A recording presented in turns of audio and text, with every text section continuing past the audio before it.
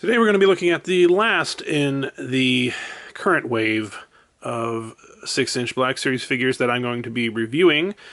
This is, of course, the Snowtrooper. This is number 35, and we'll just look at the back as usual. Snowtroopers are stormtroopers trained for operations in Arctic conditions and equipped with specialized gear to protect them against cold. Never would have guessed.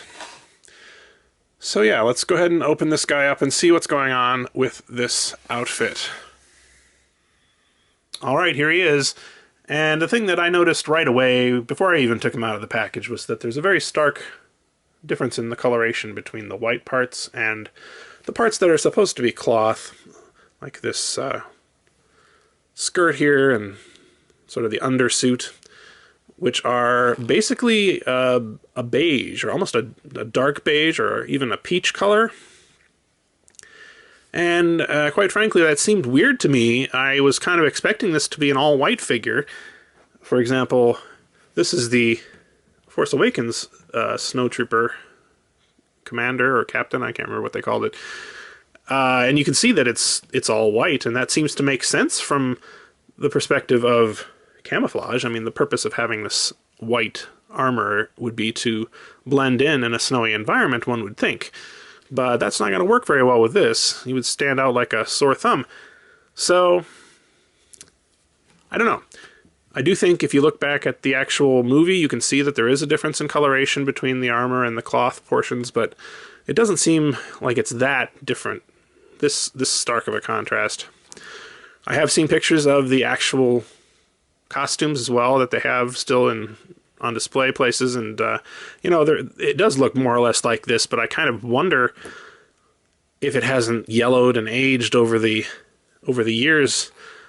I just feel like this is a bit much in terms of the contrast. Now, maybe if the white wasn't quite this white, it would blend in better with the other portions. I don't know. But as it is, I feel it's weird. I would have preferred, even if it's not accurate, I would have preferred, I think, a white, all-white look. And, you know, a lot of the, as I recall anyway, a lot of the Snowtrooper figures from the past, especially like the vintage figure, were pretty much all white, weren't they? So yeah, that's my main gripe with this figure. Otherwise, looks really quite good. Basically what you would expect. No soft goods used here, but I think that's a good choice, especially because they used some weathering here at the bottom of the skirt and also at the bottom of the boots here. He comes with a rifle and just a normal Stormtrooper blaster. He is always falling over, though. I really have a hard time getting this guy to stand up properly. I don't know, there's something about the way these boots have been sculpted that makes it difficult to position his legs, I think. Also, the backpack is a separate piece, but I don't think you're intended to ever have that off. So it's just, you know, for packaging purposes, they made it separate. So what do you think?